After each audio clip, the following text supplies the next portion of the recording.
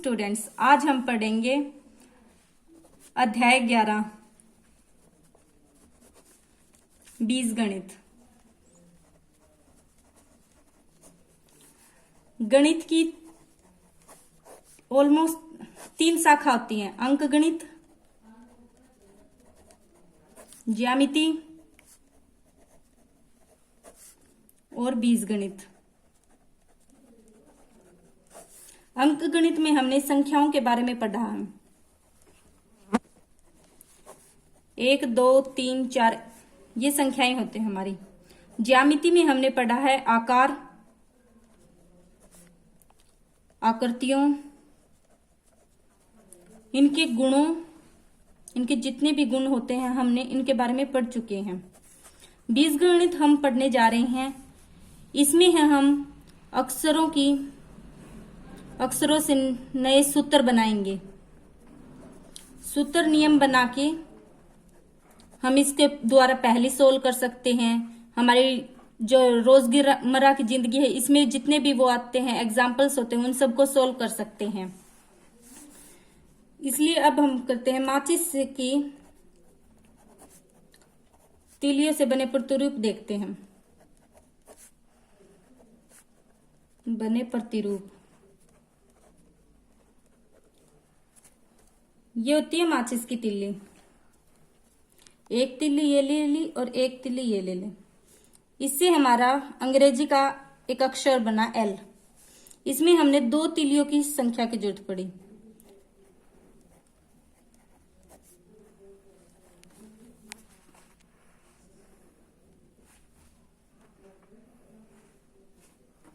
बनाए गए एल,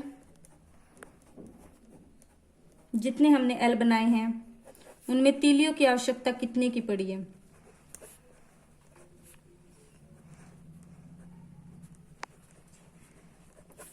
अब हम एक और एल बनाते हैं। एक एल तो ये हो गया, इसके आगे एक और एल बना लेते हैं। ये हो गए 2 एल। इसमें हमने 1, 2, 3, 4 माचिस की तीलियों की जरूरत पड़ी। और बना के देखते हैं। एक एल ये, एक एल ये, ये है 3 एल। 1, 2, 3, 4, 5, 6।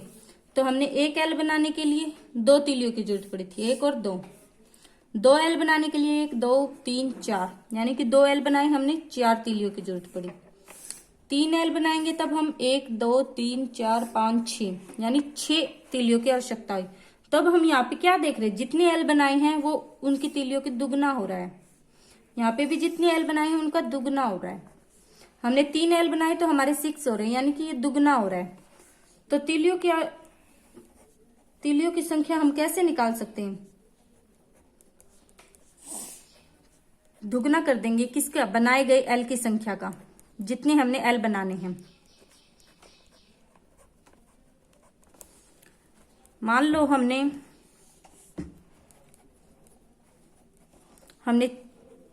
4 एल बनाने हैं, तो हम क्या कर देंगे? सीधा 2 गुणा में 4, यानी कि 8 तीलियों की जरूरत हमें पड़ेगी उसमें। अब यहां पे हम देखते हैं कि जो तीलियों की संख्या हो रही है वो किसी भी बनाए गए एल का दुगना हो रही है। तो यहाँ पे एल की जगह हम कोई भी चर ले सकते हैं। अब ये चर क्या होता है? यहाँ पे हम कोई भी नंबर ले सकते हैं, जैसे 2 गुणा में n। ये n क्या है? एक चर है। अब हम पढ़ेंगे चर की अवधारणा।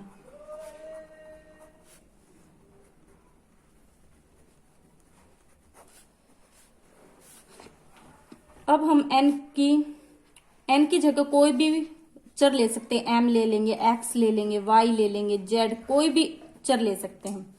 n का मान कभी भी फिक्स नहीं होता, ये बदलता रहता है। हम कितने भी एल बनाएंगे उसके लिए हम 1 एल बनाना होगा तो 1 ले लेंगे, 2 एल बनाने होंगे तो 2, 3 एल बनाने होंगे तो 3 ले लेंगे। यानी यहाँ पे चर का मान बदलता रहता है।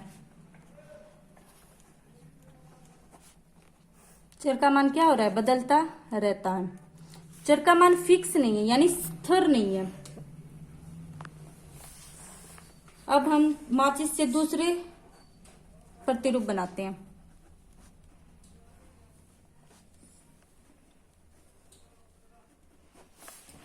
अब हम सी बना के देखते हैं। एक माचिस की तिल्ली ये होगी, दूसरी तिल्ली ये होगी और तीसरी तिल्ली ये होगी। वैसे ही 2 सी बना लेते हैं।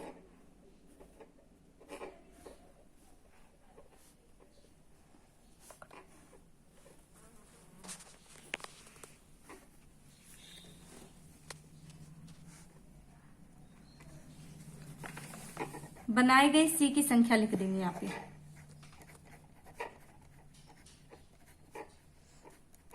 और आवश्यकता तीलियों की संख्या, जितनी हमें तीलियों की जरूरत पड़ी है। यहाँ पे हमें एक सी बनाने के लिए 1 2 3, एक सी बनाने के लिए 3 तीलियों की आवश्यकता हुई है। वैसे यहाँ पे 1 2 3 4 5 6, 2 सी बनाने के लिए 6 तीलियों की आवश्यकता हुई है। यहाँ पे 1 2 3 4 5 6 7 8 9, 3 तीलियों बनाने के लिए हमें 9 की आवश्यकता है। यहाँ पे हम क्या देख रहे हैं कि एक सी बना रहे हैं तो वो 3 गुना हो रहा है उसकी संख्या। 2 सी बना रहे हैं तो उसकी तीलियों की संख्या 3 गुना हो रही है। यहाँ पे भी 3 सी बना रहे हैं तो यहाँ पे उसकी संख्या 3 गुना हो रही है। तो यहाँ पे कैसे निकालेंगे तीलियों की संख्या? तीलियों की संख्या निकालने के लिए 3 गुना कर देंगे जितने भी सी हमें बनाने हैं। मान लो हमें n सी बनाने हैं तो ये हमारा क्या बन गया? तीलियों की संख्या निकालने का एक और फॉर्मूला बन गया। अब हम इसका डेली लाइफ में भी यूज देखते हैं। जैसे हम एक पेन लेके आते हैं, वो हमारे पास 5 रुपए का आता है। अब हमें 10 पेन लेके आने हैं तो वो कितने रुपीज का होगा? तो 5 मल्टीप्लाई में 10 कर देंगे, यानी वो 50 रुपीज का हो जाएगा।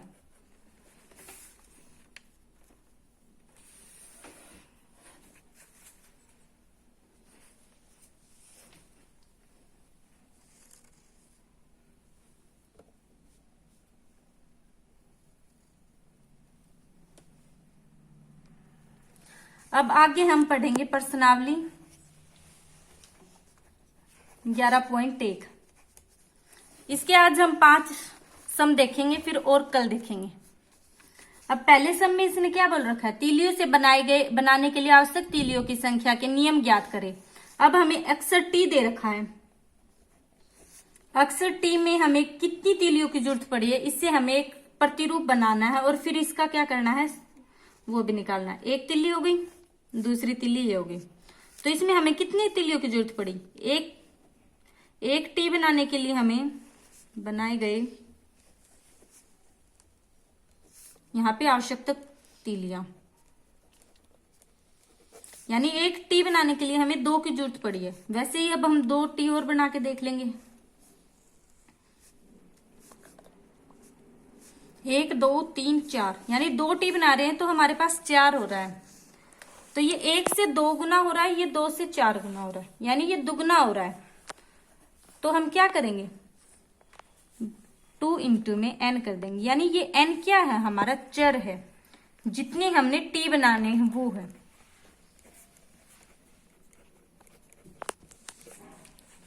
अब ऐसे ही आगे एक सम दे रखा है हमें जेड बनाने के लिए। तो जेड के लिए एक तिल्ली होगी, दूसरी ये होगी, तीसरी होगी, यानी कि एक जेड बनाने के लिए हमें 3 तीलियों की जरूरत पड़ रही है।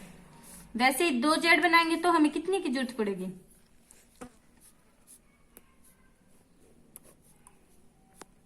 1 2 3 4 5 6। एक बनाने के लिए 3 की पड़ रही है, 2 बनाने के लिए 6 की पड़ रही है। ये सब क्या हो रहे हैं? 3 गुना हो रहे हैं। तो इसके लिए हम कर देंगे 3n। अब नेक्स्ट है सी पार्ट। इसमें यू बनाया हुआ है। यू बनाने के लिए हमें 1 2 3 की जरूरत पड़ी है। एक यू बनाने के लिए 3 की जरूरत पड़ी। अब इसी के आगे दूसरा और बना के देख लेंगे। 1 2 3, यानी कि 2 बनाने के लिए हमें 6 की जरूरत पड़ेगी। ये भी 3 गुना हो रही है, तो इसके लिए हम 3s। यहाँ पे कोई भी चर ले सकते हैं हम, हमारी मर्जी का। अगर आपके एक्सरसाइज में समों में दे रखा है कि यहाँ पे x लेना है तो हम x लेंगे, यहाँ पे s लेना है तो s लेंगे। अब नेक्स्ट है हमारा डी पार्ट v। एक v बनाने के लिए हमें 2 की जरूरत पड़ रही है। अब वैसे ही हम दूसरा v बनाएंगे। इसके लिए भी हमें क्या इसकी जरूरत पड़ेगी 2 की। तो ये सब क्या हो रही है, दुगना हो रही है, तो ये 2n आ जाएगा। अब नेक्स्ट पार्ट है हमारा ई। इसके लिए हमें एक माचिस कितनी ली होगी, एक ही होगी, 1 2 3 4 5 6, यानी एक के लिए हमें 6 की जरूरत पड़ रही है। तो 2 के लिए हमें कितने की जरूरत पड़ेगी,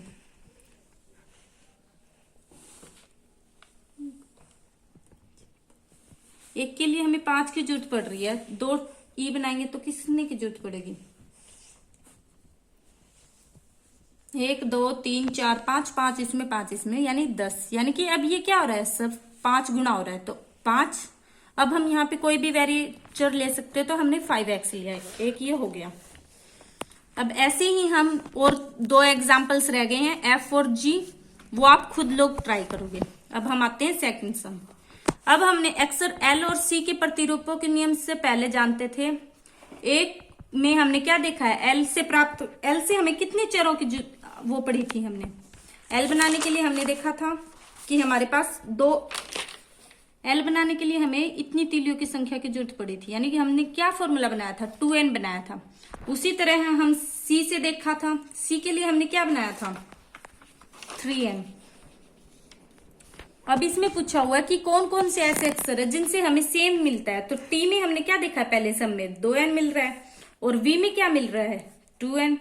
तो यानी कि जो T और V हैं, इनसे जो माचिस की तीलियों की संख्या प्राप्त हुई वो सेम है।